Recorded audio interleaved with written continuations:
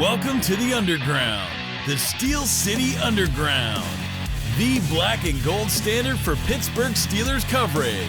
Now, here's your host, Joe Kuzma and Brian E. Roach.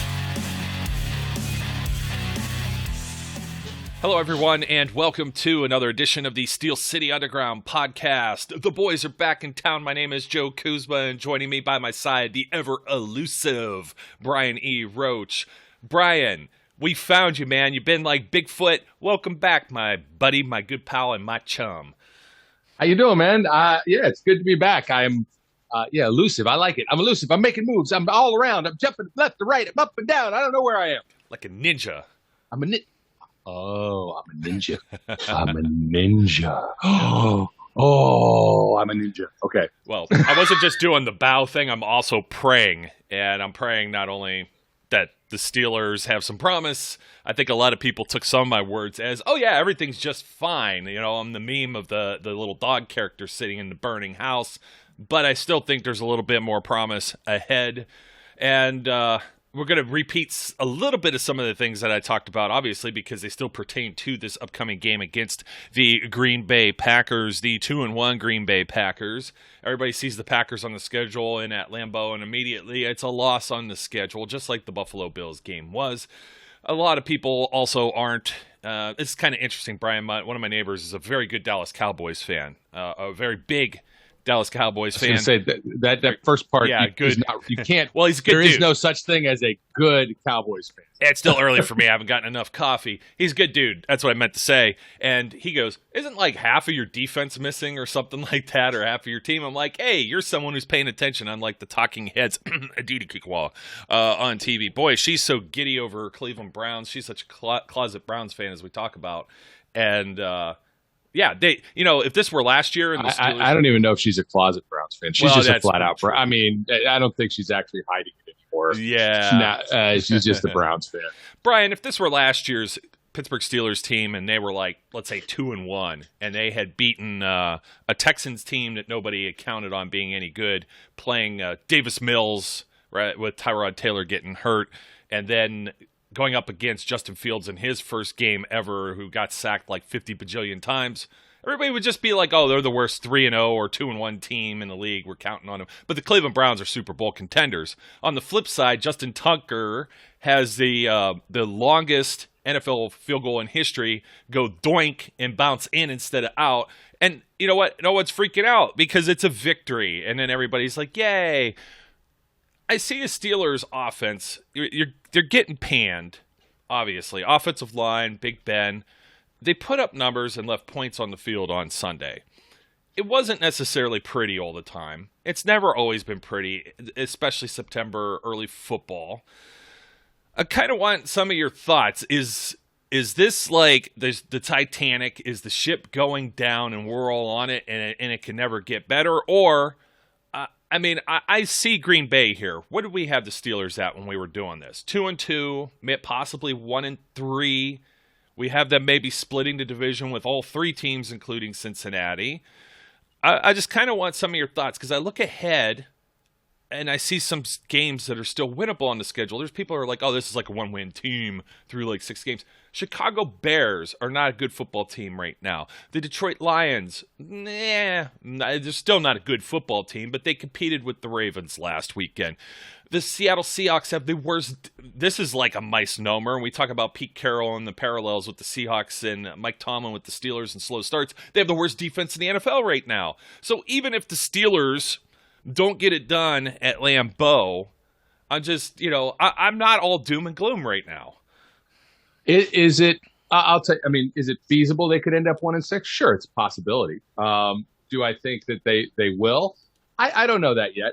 Am I disappointed in the offensive line play? You'd have to be foolish not to be. It has not been good. Did we not say at the very beginning of the season it was likely to be bad before it was good? Yes, we did. Do I think it can get better? Well, it can't get worse. Let's put it that way. Look, they're still not really communicating well. They're not playing as a unit. They are making a lot of mistakes. I'm more I'm more concerned with some of the things I'm seeing out of Dotson than I am, some of the things I'm seeing elsewhere. But again, I think that they can gel and they can get better. They certainly have room for improvement, room for growth. There is the potential for this line to definitely be a better line. Is it going to be the line of years gone by? I mean, you can't, how can you ever say? They could continue to grow. They're all real young, except for Trey Turner.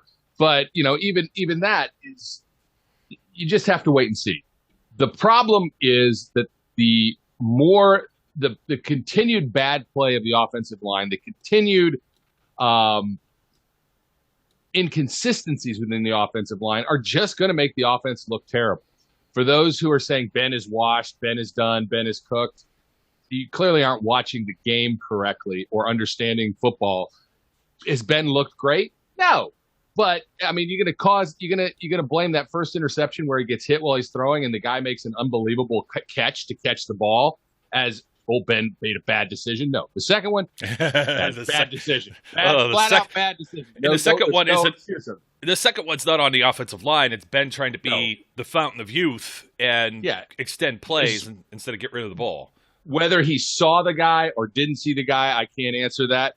But if he saw him, then, he forgot that his arm is 30-something years old and he's not going to throw a laser by that guy. He said he didn't.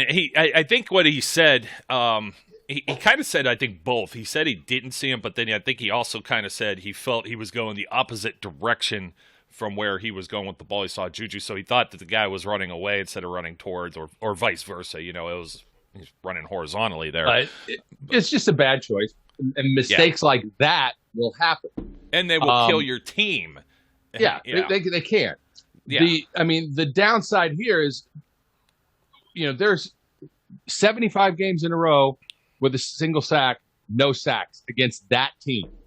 Oh. That is a consequence of having some guy named Kuchner or, whatever the hell his name is.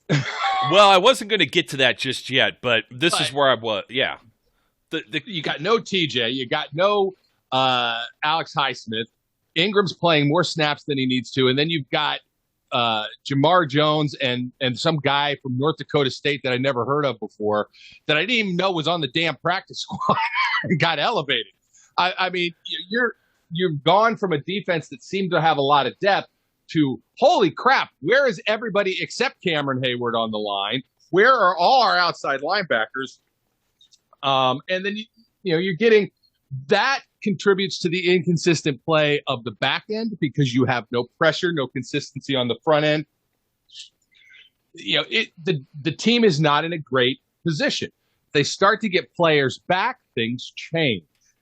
So, we'll see. You can't even just say this is one person. They lost half the defense. Yeah, well, 4 out of the 5 up front, man. I mean, there's still okay. Wormley more than capable of filling in for Alualu or Stephon Tuitt, and you don't have either of those guys. So now you're really okay. We're going to Isaiah Buggs now.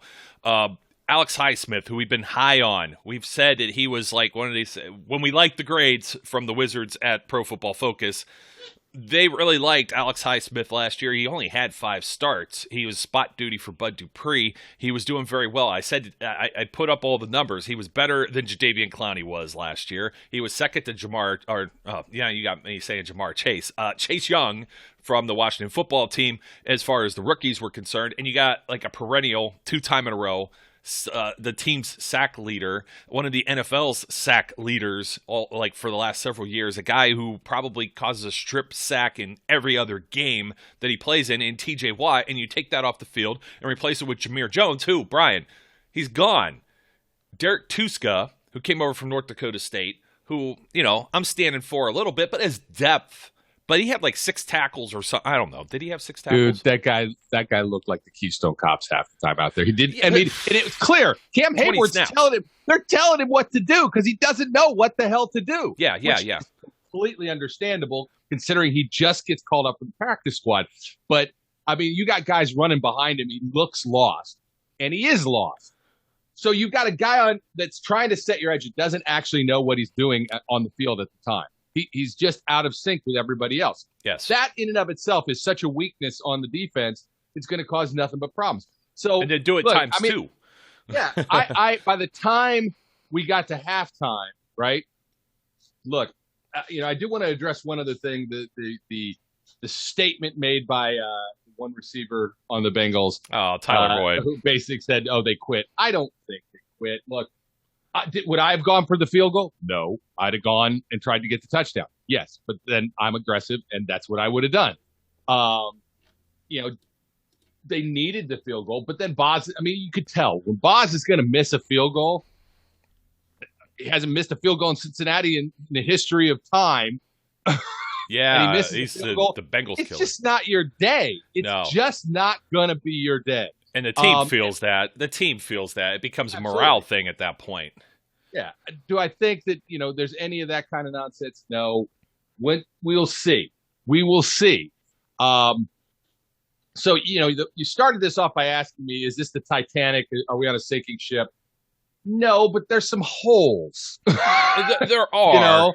Yeah. There's some holes in the boat that need to get patched, right? We're not quite sinking yet, but when you look over the side, you go, hey, should the water be coming in like that? Oh, man. You got time to fix it, right? You got time to fix it.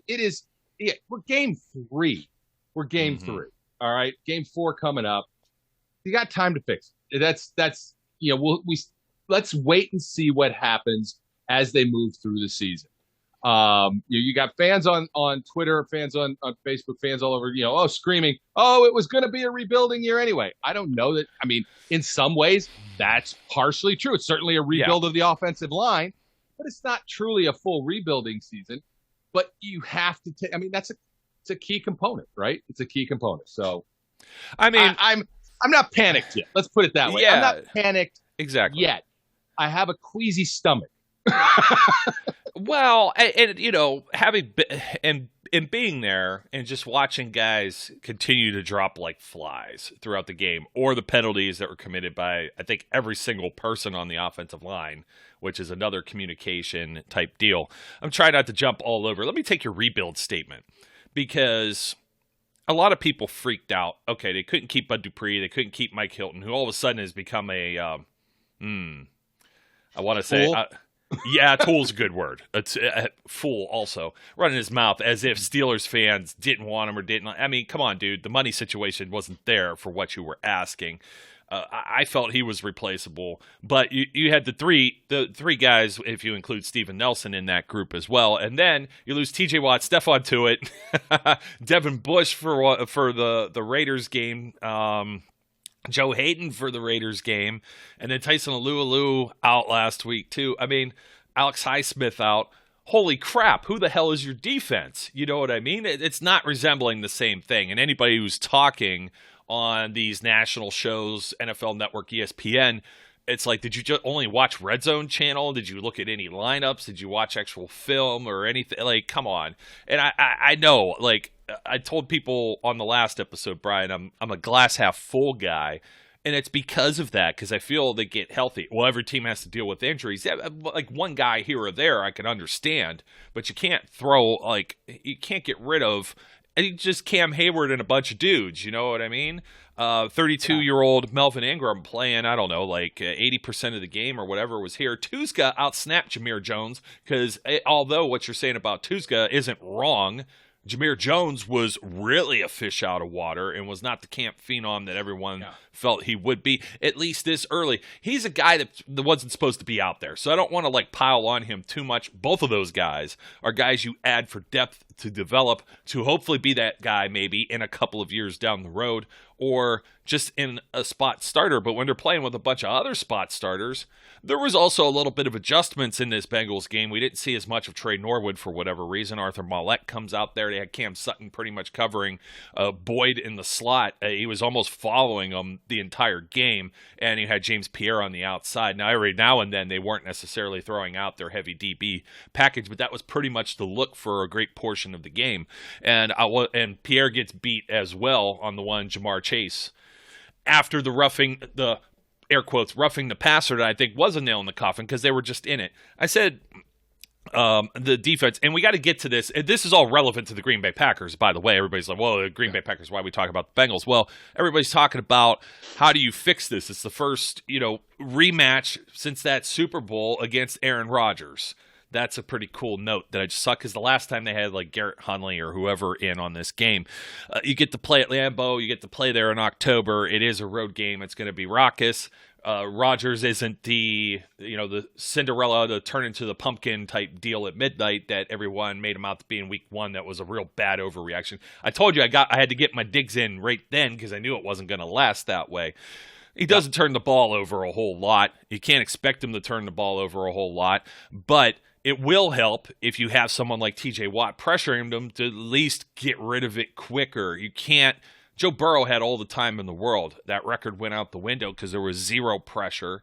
And I think maybe some of that is, I don't know, they were counting on like at least the front 4 guys to just create pressure on their own without even blitzing. That's what we saw against the Bills. When you have all of your personnel, you could do that. When you don't, you can't get away with it. And Mike Tomlin sounded like he was hesitant to send to blitz because it's then going to leave someone else open on the field. When you send an extra guy, you send 2 guys.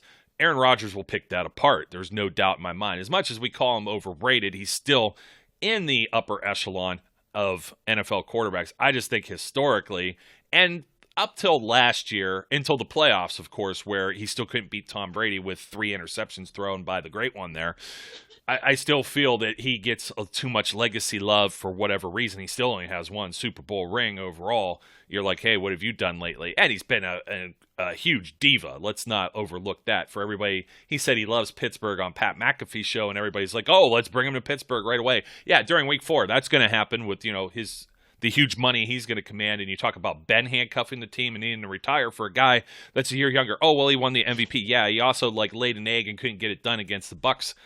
Or any of these last few NFC title games where they get there. Yeah. Good regular season, bad playoffs. This is what you talk about with Mike Tomlin. So I want to hear everyone just shut it for now. We'll revisit this in March if this happens to become a thing. Right now, it's not a thing. I think it's just annoying. It's going to be as annoying as hearing Tony Romo on Sunday, by the way, which, I won't have to deal with that. So that's a good thing. But anyways, Steelers defense against Packers offense. Devontae Adams, he's gonna be a handful as usual. The injury report. Let's see. They still don't have David Bakhtiari back yet. Not that that's made a huge difference. I'm trying to see because the Steelers, of course, didn't update their website. No, I'm looking at their injury report, and everybody's still out. Nobody's practiced, and I'm like, this can't be exactly right. Yeah, you got to go over to the Packers website.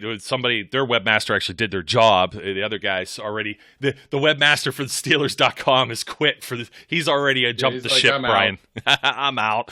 Let's see. Elton Jenkins was a DMP. We only have the Wednesday information, obviously, since, we're here Thursday morning. So we're going to see how the rest of this goes, because last week a lot of my pregame was prefaced on the fact that I thought TJ would give it a go. I didn't know Highsmith was going to be completely ruled out either, and I still waited for the darn Thursday report before I did the show. Kevin King, one of their starting corners, he's dealing with a concussion. He's in the concussion protocol. Aaron Jones was limited with an ankle. They still have A.J. Dillon, so I think they'll be okay there. There's another weapon you have to look for. I'm not, the rest of these I'm not as concerned with, but it might open up some things with that offensive line. However, the Steelers on the other end hope to get some of these players back. Ben is always a do-not practice on Wednesdays, as we know. Yep. Will that help him anymore? I think he needs to heal. He's an old man, too, so just give him the day of rest. He's a veteran. He didn't he didn't practice like all of last week for the most part. He was limited. He had a pec injury. How much of that also went into this and what went on? Alex Highsmith limited from the groin, as is TJ Watt. So you're hoping to get both of those men back on the field. Deontay Johnson as well with the knee, limited. So we'll see how that goes. Juju ribs did not practice. Juju, there's a guy that you at least have depth if he doesn't play. So that one's not concerning me. Chukwuma Okorafor, concussion protocol. I joked about this, Brian. It was a false start, and then he comes off the field and doesn't come back. They put Joe Haig out there, and I don't know. Zach Banner is now in that window of activation, practicing off of IR, 21 days in order to do so. We're going to see what he's going to do. Zach Banner, as Well, I didn't want to really get into the offense yet because I want to talk about the line and everything else with our sponsor, of course. But let's kick this over and then we'll do that. Zach Banner, who's he replacing? Because for me, the weak link on this defense, I know you said Kevin Dotson. I'm saying Okorafor has looked like 2020 Villanueva. Yeah, I'm not saying that Dotson's a weak link. I just don't like some of what I'm seeing from him. Okorafor is, I would agree with you, is definitely the unvarnished toenail of the group. I don't believe in all the years we've been doing this that there has been a reference to foot fetishes or whatever it is you're doing right now. I don't know what the hell. Do you varnish toenails? I don't even know what the hell I just said. Well, I don't know. We're men. I don't know. I don't paint my toenails. That's something for my 8-year-old daughter to figure out right now, and she gets like the nail painting kits. Let's come back to that offensive line because it's going to be relevant to everything we said with this defense, which I think, if healthy, you get Highsmith and Watt back out there. I'd like to see Stephon Tuitt start getting back into this mix too. So would I. I mean, they need him. They need him big time, and they could definitely use him for this game. But the edge pressure would definitely help that secondary a lot against Rodgers, who doesn't need a whole lot of time to do a whole lot of things, as we saw against San Francisco the other night. So 45.5 is the over-under. I say this is always the sucker bet. This might be one of those games that's in the over territory. It all depends. I don't know. The Steelers, what do you think? I mean, Steelers offense, Steelers offense has been weak. They've had some yards. They've had some time of possession, regardless of what you think about the line and Najee Harris and Ben Roethlisberger and Matt Canada and all this and that. I still saw some things that I could pick out there that they could work and improve on. But can they get enough points? Will the Steelers' defense be healthy enough to limit the Green Bay Packers? Or could this be something where these teams are just loose and you got the two gunslingers going at it? And I don't mean to sound negative, but I will. It's okay. It's okay. I'm going to sound negative. I've been negative. It's not beneath me. If you take the over, you're counting on Green Bay scoring 40 points. Which they've done. They've put up 30 at least in the last two after laying that egg in Jacksonville against the Saints. There is, and I'm not saying they can't do it. I'm not saying the offense won't surprise the hell out of us and put up some points. But I'm saying if you're going on what we've seen thus far, there is no reason to think there is going to be an explosive offensive output from the Pittsburgh Steelers in this game that would contribute to you saying, oh, it's going to be 35-28, unless the defense scores, 20 points. I mean, I'm not counting on a whole lot of turnovers. No. They haven't had them either. That was the first interception with the tip drill with Minka. But, Brian, if you're going to place a bet on this game, you've got to go head on over to mybookie.ag. And, of course, the one I think the big money game this weekend, of course, is everybody's talking about it. Tom Brady returning to New England. He's in the visitors' locker room. They're calling it one of the biggest games of the year. I don't know if the New England Patriots are a formidable foe, but on paper and the storyline, Brady and Gronk coming back. Storyline-wise, I'll agree. Yeah. Storyline-wise. Game-wise? That's a tough sell for me right now, and that's where everybody wants a rookie quarterback, and then they're all stinketh right now. And, man, the Falcons, even for – they got roasted for taking Kyle Pitts over Justin Fields, and for one game, that doesn't, look like the worst thing. Anyways, whether you're backing the Bucs or the Pats this Sunday, a little bit of whatever, vomit in my throat. That's the Sunday night game, by the way, folks. So you got some time to get in on there. The Steelers, of course, playing. Is there any free money in it? The afternoon game. There might be. There's always incentives at MyBookie. The game is always more exciting when you've got your money on it at MyBookie. You want to get in on the action and take it to a whole new level. Well, both of these teams, all of these teams, they got some decent games here I think you could get in on this week, like we said with the Steelers. Now, Steelers, 6.5 on the line. That's about where we saw it before with Buffalo. Not too out of the norm to have it just under a touchdown for the home team. So the bookies are still thinking here that this is going to be close, I think, with the point spread, even though the over-under is where it's at. I know you're doing the owl thing with your eyes and everything in this, but we'll see what ends up here. The folks at MyBookie, they're thinking maybe you bet the under on the Tampa game here. They got 49 on that one, so that'll be interesting. That's a full touchdown to 7 points. Man, they always know how to lay these odds over there. But if you head on over to MyBookie and you want to put some money down on the game, doesn't even have to be big money. You could be cheap, like Brian over here. You could bet 87 cents. 87 cents. I don't know what that pays out, like 11 cents? I don't know. Maybe $1. $1, Bob. I didn't bet that because I'll buy that for $1. But if you want to, whatever you put in there, whatever you end up with, your first deposit, it gets doubled, provided you use our promo code Steel City, all one word. Doesn't have to be caps or whatever. Just put in Steel City there at mybookie.ag and get double your first deposit and start your winning season today. Bet anything, anytime, anywhere with MyBookie. They had like the Survivor Pool deal, but I think that ship is now sailing since we're into week 4. It's like, when can you start it in like week 18 now? And hey, I survived one game, make some money. Yeah, sure, why not? So, head on over there. Promo code Steel City. I'm thinking Zach Banner ends up, man, it'll be tough to just throw him on the field right away. The Packers don't have Zadarius Smith, so this is like at least one thing in the Steelers' favor here when it comes to the Packers' defense and them missing some of their key players. Offensive line-wise, I think Dan Moore, for a 4th-round pick, I think Dan Moore has been good and grow. I won't say good. None of these guys have been necessarily good. Nobody's been good. They're all over the place. But individually, I see growth. I see potential there. I see the same thing with Kendrick Green. Too many people are ragging on him. Kevin Dotson, as you said, maybe a little more disappointing. But more disappointing is that I anticipated this side of the line when you're looking over to the left.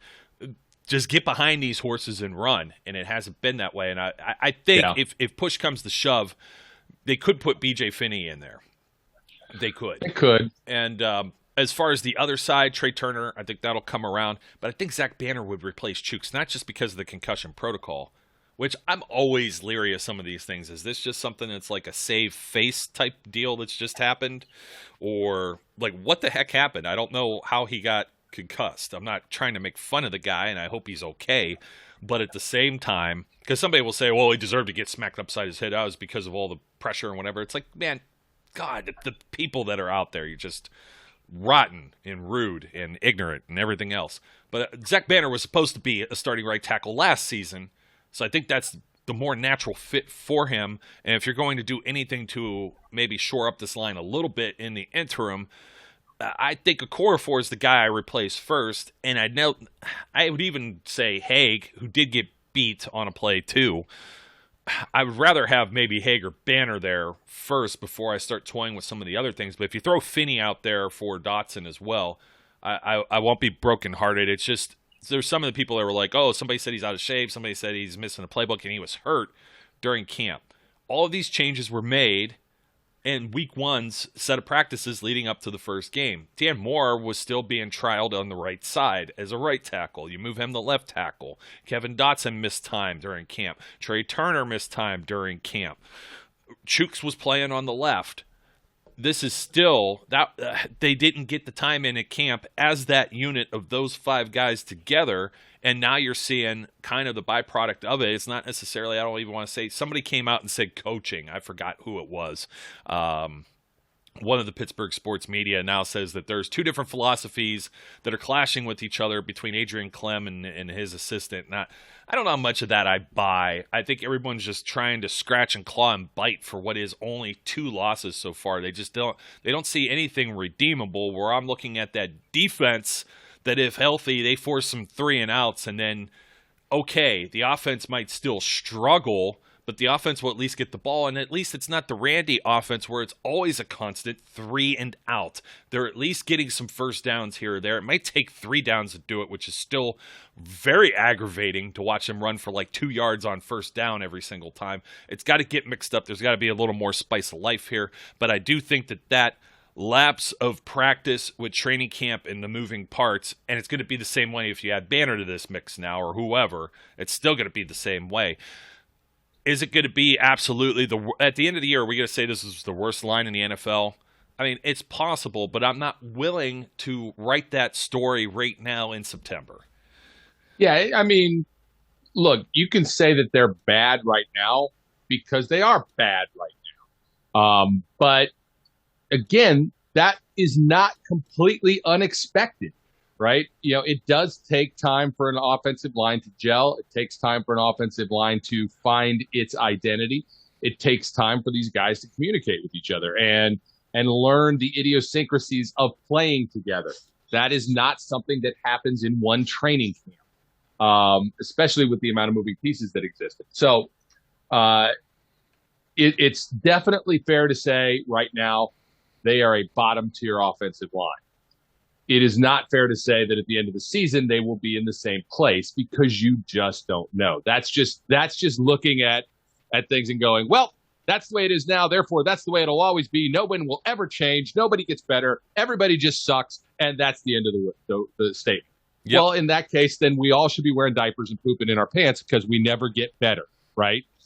I'm just saying, right? We never grow. We never learn. We never grow. So, okay. If we never grow and we never get any better at things, then we all should be just wandering around going, yeah, but Brian, that's where we end up, maybe in the nursing home, and that's what some people are saying about Ben Roethlisberger, is that it's time for him to retire because he's headed backwards in that direction. Look, and I don't think that's fair either. It's not fair to say, considering what is going on around him. Who he had to throw to in the last game, the offensive line play in the last game, the fact that there is still no running game because the offensive line is not getting blocks for Najee Harris to actually consistently run the ball. Or they're getting tagged with the holding call. Yeah. I mean, every time that they get a decent run, it's because somebody gets called for holding. Look, and some of those are legit and some of them aren't. The offensive lineman, it's like, hey, or the defensive lineman like spins around, shakes it, waves his hand, and they throw the hanky, which is fun. Look, speaking of which, let me cut in real quick. I know we got a horrible. Scott Novak has thrown 60. His crew has thrown 60 flags in 3 games, averaging 20. Just wait for yellow to be everywhere. Yeah, it's going to be for those who got to listen to compact discs or CDs, or in your case, the records, and they get scratched and the music skips. And you can't listen to a song clean. What are you talking about, man? I listen to 8 tracks. Hey, you can find them cheaply at any flea market near you. Don't expect. My analogy here just got completely ruined. But hey, for the kids on the Spotify, you have the bad internet connection and it's buffering your song, and you can't enjoy your music. That is precisely the way I view this game coming up with this crew. It is going to get ready for a 4.5-hour game. A 4.5-hour game with no rhythm, flow, or momentum, which actually could benefit the Steelers as well. So we'll see how that ends up working out. So back to you, Brian. I had to throw Scott Novak under the bus there because, man, and they've had Jerome Boger and Clete Blakeman in the last 2 weeks too. And it's like, is there any? It's like half of the NFL crews I complain about. It's like there's just not a whole lot of anybody. It's quality, and then their directives on taunting and missing some other calls in other games, delay a game, and everything else. It's just they stink. It's so and I'm going to continue to say they stink. But I will also continue to say they're not why we lose games. Not yet. Except for Jesse caught it. But Pat caught it the other day. Yes. Very similar play. Yeah, they stink. They just flat out stink. I just want them to be consistent. Like I've said this all along. I don't care if you're bad, as long as you're consistently bad. Always make the same bad calls. Don't make good calls and sometimes bad calls and sometimes good calls, and don't call the same damn thing 2 different ways. Just be consistent, whatever you're going to do. That's all I care about. Clete got the makeup call for the roughing on Ben because the other one was pretty bad. That was against Joe Burrow, and of course that went for 7 on the board right before half. That one drove me nuts. But that was he got hit in the head. Now, what's scary is 99% of the time they don't make that call because they just go, Ben can take it. Okay, whatever. Yeah. But if that was a roughing call against Brady, a roughing call against Rodgers, a roughing call against, anybody that is considered a top tier quarterback. Oh, they touched his helmet. They briefly touched it. That's a flag. Roughing. Generally, Ben can get punched in the nose and they won't call it. But be that as it may, yes, the roughing call against Burrow was so bad. One of the worst calls I have ever seen. But again, not why they lost the game. They lost the game because they played terrible.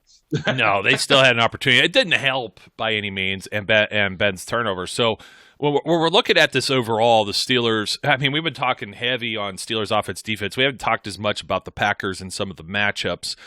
Let's go at least, since we started, let's go with the Packers defense, I guess, since we're already here at the Steelers offense. Two pretty solid outside linebackers here with Preston Smith and Rashawn Gary. The secondary, I think, is pretty solid as well. We'll see if Kevin King gets back out there.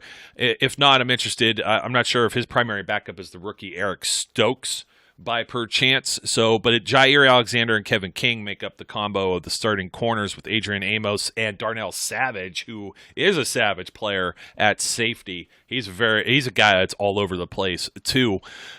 I still think the Steelers could attack this front. You got Zadarius Smith. I would hope they do, at least. They got to get something going. At least, I think part of something that opened up this past weekend was, although it was 19 targets and a lot of dump-offs to Najee Harris, when you start to get him out there, maybe you could get some of these guys to back off, or maybe if they start to move forward, you can go down the field.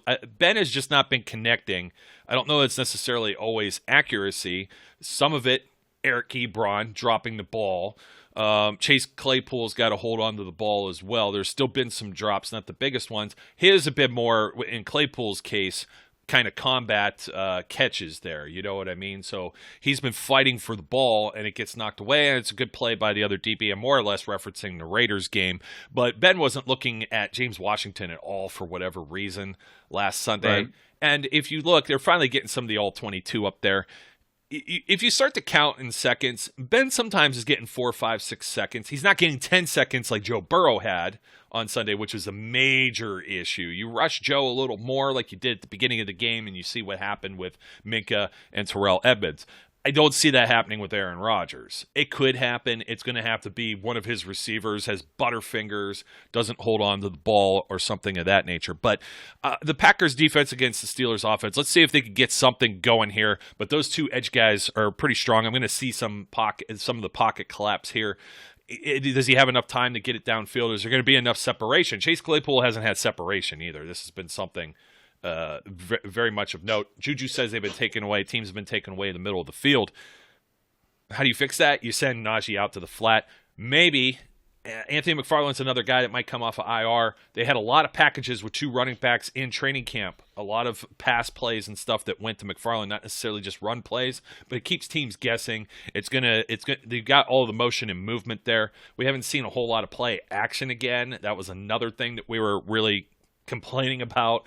And these were things they worked on in training camp that all of a sudden I think went out the window. I think they go out the window because they get behind in these games, and all of a sudden it reverts back to we got to pass the ball in order to catch up. And then all of a sudden there's play action doesn't work if you can't run. So because nobody honors, right? You don't fake anybody out with a play action pass if they know that you can't run the damn ball. And running it just in the middle of the pile on first down doesn't necessarily help either. And those holes, they close quick. I think Najee's still learning, but Najee creates yards too. It's just a matter of there's not volume there. And so when there's not volume, of course, you're going to be near the bottom of the league because you're back into being just, let's throw the ball 50. What did Ben do? 54, 58? Something ridiculous last week. So, and you know what? It's inconsequential. We know it was a lot of passes. So I just look at it that way, that this team still over the last few years hasn't been as strong when Ben is relied upon to throw that many times, or Mason or Duck or whoever else was in there. They got to get back to maybe hammering the ball a little bit. it is every run play going to be, chunks and chunks? It never works that way in the NFL. I don't care who you are. Derrick Henry gets stopped at the line of scrimmage or for a yard or two here or there. It's just something you got to get some type of rhythm, and hopefully you can get that offensive line in rhythm too, because they need those reps as well. When they're not getting those reps and they're only doing 10 run blocking plays, yeah, of course they're going to suck, because they may only have like 2 of those that were actual good run block. They meet their assignments. Because I saw the one, and I'm trying to think, somebody came right, it might have been Sam Hubbard or I forget who it was off the Bengals, but it was something where I think Turner pulled, and somebody came right around a core for, like completely, there was the unblocked, and it caught Najee like right on the back end of the line. They may as well just taken the snap. And that's the type of stuff that's out of sync execution-wise, but it's also happening because they're not getting enough time in with these things. So we'll see there, Brian. I'll let you get the complete thoughts here, too. Let's jump real quick, too, since we're up against it, my friend, as we don't want to be too long-winded. But offense versus defense, Packers offense. We mentioned Devontae Adams. We mentioned some things with this offensive line. We'll see who's healthy and who's out there for the Packers. You got guys like John Runyon that have been playing for a minute. So they've got some veterans along this line. We'll see what ends up happening. But you get TJ Watt or Alex Highsmith out there, then I think it's a little more evenly matched, because obviously you're basically talking about the Packers offense against the Steelers defense, and those could be 2 kind of top units. Now, Marquez Valdez-Scantling has been hurt too, but Randall Cobb is back with Green Bay. He's a veteran player. He's smart. He's up there in his years. He isn't the Randall Cobb that he used to be, but Aaron Rodgers lobbied to bring him back because he was always one of his favorite targets in the slot. So that's somebody you're going to have to keep an eye on. Mercedes Lewis, Robert Tonyan. They got a pair of tight ends that could do some damage. They do it in the most unexpected ways usually. These aren't this isn't Darren Waller, but these are guys that could still score TDs when called upon. And of course, we mentioned Aaron Jones as well, and AJ Dillon. So they got 2 competent running backs there against the Steelers defense. The Steelers defense is pretty much, I think you got to lean on the Steelers defense to help win this game, because we can't count on the offense, and we don't know that the offense scored 20 points, because the first game in Buffalo, 23, that was off of special teams block punt. Nope. So they haven't scored 20 yet, so you can't rely on them to score 20. Steelers defense got to put a lid on the Packers offense. So that's why we're so heavy on talking about Steelers defense. We're talking about offensive line to get this thing going. We'll see if Ben can make some more decisions, get rid of the ball quicker. Those are my keys to the game. Over to you, my friend. It's really going to depend on who's playing. I mean, you hate to say that, but it's if we're going to send out a defensive unit that is minus TJ and minus Alex Highsmith, that is, going to be limited in that way. Guess what? We're probably not winning this game. I mean, it's a quite sad that reality. simple. What are you going to do? Yeah, I mean, just you a didn't fact. do it against the Bengals, and you're going to go on the road and do it in Green Bay. I don't see it either. I mean, that's just the reality of it. It's not the same team. It's the preseason team. Yeah, it's absolutely not the same team. You need that rotation of Highsmith, Ingram, and TJ to keep those guys fresh and to keep consistent pressure coming in on quarterbacks. You're not going to get it from Ingram, Jones, and Tuska. Did I get his name right? Like Tuska. Tuska. Yeah, whatever his name is. I'm just going to call him. I'm going to call him ND State. That's what I'm going to call him. And it's no disrespect. He could turn into a player, right? He could turn into somebody down the road, but not from what I saw yesterday or the other day. Anyway, I still have more promise for him than Cassius Marsh, however. Well, come on. That's not a fair comparison. He stunk. Jarvis Jones. I can't tell whether North Dakota State stinks yet or not. I'll find out as we go by. But that's the bottom line. It's who's going to play. Look, you're absolutely right in saying we can't count. Nobody can count on the offense to do anything consistently. Maybe they'll have a nice drive. Maybe they'll put up somewhere around 17 points on offense. Maybe if the defense can get some turnovers, they'll put up more if they're in the right position to do so. But if you're expecting this offense to drive the field 80-something, 70-something yards multiple times during this game, then you're dreaming. That's not going to happen. So it is absolutely true that the defense is going to have to dictate the flow of this game. The defense is going to be the deciding factor in the outcome of this game. And the sad truth is, whether that can happen or not will depend on whether the individuals that have not been able to play are able to play, and able to play at something like their normal level of performance. That's pretty good. You gave me a great idea just for a quick minute here. Line of scrimmage, Packers 49ers. Green Bay, for most intents and purposes here, they started on their own 25, score a field goal, started on their 20, score a touchdown. So 8 plays, 54 yards. There were some penalties in there too, 7 for 80. On their 10, they punt. They got over to San Francisco 32, turnover on downs. They were on their own 13, drove, touchdown. 23-yard line, their own 23 was a punt, their own 14, a touchdown. They're driving the field, their own 25, and then, of course, they started on their own 25 with 37 seconds and come back. The Steelers, by contrast, you get the Steelers on their 25, they punt. You get them on their 20, they punt. They were at their 44, and 3 plays, and Ben throws one of the picks. Their 25, a punt. They're 14. They score a touchdown. That was the one right before half. On the 25, this was one of the 3 and outs here. Punt. The first quarter was actually bad. I know I said that it wasn't as many 3 and outs, but it's not at least half of them. You're going to have, I think, some 3 and outs. You get that on both sides. You get that even with the Packers here or there. So, and they're not the most explosive offense in the NFL by any means, I don't think. You see what happened with the Chiefs as well. So, Pittsburgh, let's see, they're 25, punt, 14, touchdown, 25, punt, 25, interception. That was a short field. So they gave Cincinnati a short field on more than one occasion there. That shoots yourself in the foot. On the 24, this is the missed field goal by Boswell. Leave points on the board. Get a field goal after driving 95 yards, starting at your 4-yard line. A possession that took 9 minutes and 3 seconds a clock and 18 plays, and then another 12 plays, 73 yards, turnover on downs from their 15. So the Steelers have moved the ball down the field, but a field position battle would be more preferred here. That's why I said the defense got to put a lid on it and inch that offense a little closer, at least towards the 50-yard line and into Green Bay territory. Make those shorter fields so they don't have to, like I said, it was like pulling teeth watching the offense, and that's why, because the field position battle has absolutely blown. And I'm also going to be counting on our thick punter. We don't need like any shags here or anything like that. He's had some tremendous plays, but there's been 1 or 2 that have been off too. And I'm just going to say rookie growing pains. Still, I think above the line from Jordan Berry, who made similar mistakes, but at least you're getting the ball pinned within the 20. There's been some that have been real short fields. Those are the type of things that need to be done, Brian. Hey, man, thanks for joining me once again. Your closing thoughts, my friend. My closing thoughts are: don't jump off the ship yet.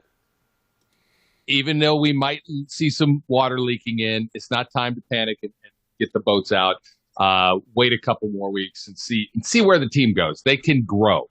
They can get better, because that's what human beings do. They improve as time goes by. Give them a chance to grow a little bit. This is a very young group, especially on the O-line. So, it may be painful to watch for a few weeks, but hopefully it won't be by the end of the season, and we'll still have something to cheer for. So we'll see.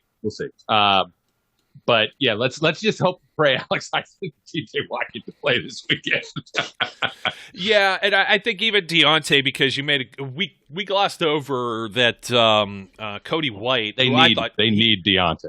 Cody White came in, and I thought he did a solid job for the 2 catches, the 2 targets that he had, but you're counting on Cody White and Ray McLeod as part of your 3 wide receiver set. That's also a hit. That's you need Juju out there. You need Deontay out there. That's the only way Chase is going to start to get some, if Deontay's out there drawing attention, then you can't double Chase. If Juju's in the slot and drawing attention, again, you have to decide, pick your poison. If one of those guys is off, and you replace him with a much lesser component, it just doesn't work as well. So they need to be healthy. They need to have their full component, especially going into a place like Lambeau. But if they don't, they don't, and we'll see what happens. How brokenhearted are you if the Steelers come out of this game 1-3? I think it really depends on the situation, right? If it's like a close game, let's say like a game they played in New Orleans a few years ago, we're more mad about calls still in that game than we are, but the result of the loss.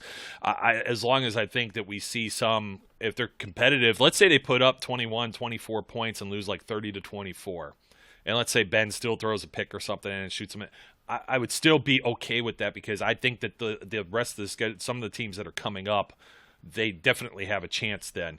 If they go out there and they only kick 2 field goals or something and get the doors blown off them, then the ship is like starting to capsize and people need the life rafts.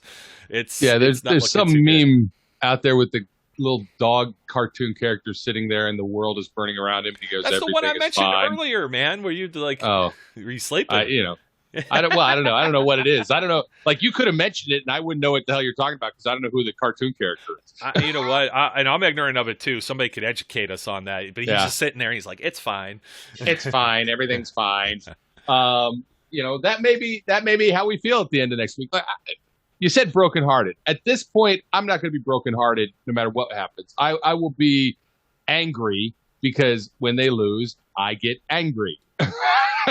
But, if they lose ugly, I'll be more angry and disgusted, and nobody will want to hear me talk on the next podcast. No, everybody will, because they're going to want to pile on like they piled on me. And don't attack me. I wear Steelers stuff. I'm not responsible for what goes on out there on the field. It's like, that's the things I think that make me even more angry. Or the rest of this, it's just a game, man. It's like, try and enjoy it. Try. As I said on Twitter during the game, it's like, I am a fan.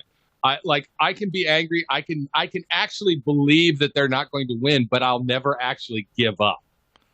Right? It's still going to be like, I'm going to watch till the last play, no matter how bad it is. I'm going to watch until the last second ticks away. And until the last second ticks away, I'm still going to hope that they have a chance to figure out how to win. But I also can be realistic when I'm sitting here talking about it and go, well, I don't know. This is going to be rough. But well, let me ask you that. Am I too positive in thinking some of these things? I know I asked you, can it be fixed? I don't feel necessarily hopeless. Okay, it's Green Bay, perennial contender. I understand what you're up against. I'm not going out there and saying they're going to win this week. I know 1-3 as a whole, but I also see the rest of the AFC North. The Bengals win an overtime game. I saw the fashion the Ravens climb to another victory. Like I said, the Tucker field goal. I saw the Browns play 2 subpar teams so far on their schedule. Like, I don't think that they're so far out of the race with only one AFC North game already played. And they got some of these coming in a few weeks, so they're not like immediately going into a division schedule where they're beaten down. They're still trying to figure things out. They may have a chance to collect this and collect a few division wins and still be in the hunt here. That's the reason why. I mean, am I out of my mind? I'm going to say something to tick you off. Maybe. Right now, the Browns are the best team in this division. Right now. I mean, it doesn't tick me off. But that's not necessarily going to stay the truth. But right now, the team that's playing the best within this division is the Cleveland Browns. The Baltimore Ravens don't look that great. They've struggled in almost every game they've been in. They're devastated with injuries all over the place. The Bengals are the Bengals. Look, they beat us, but we stink right now. And we only have half a team. And the Bengals have a home game against the 0-3 Jaguars, so they're going to be in the lead of this division as everyone predicted heading into week 1. But look, Cleveland is playing decent ball, right? They have ups and downs, but as you watch what they're doing, Garrett is playing really well. They're playing fairly consistently. Stupid Baker Mayfield, who I don't like and never have, is not making stupid Baker Mayfield mistakes the way he normally has consistently. Okay. but consistently. Product he of will who they're always playing make too. some. Yeah. It is partly. Yeah. It is partly. But remember, think about it this way. If you're a Kansas City Chiefs fan, you came into this season thinking you're going to Super Bowl, and you stink.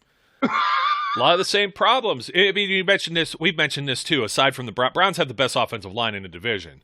They're the most stable. And that's the thing that's, the Bengals are dealing with that. The Ravens are dealing with that. The Chiefs are dealing with that. It's not just the Steelers thing and everybody that says, well, Kevin Colbert didn't do this. My last reminder before we sign off here, Brian, was they were expecting David DeCastro to be healthy and play this year too. He is an elite player.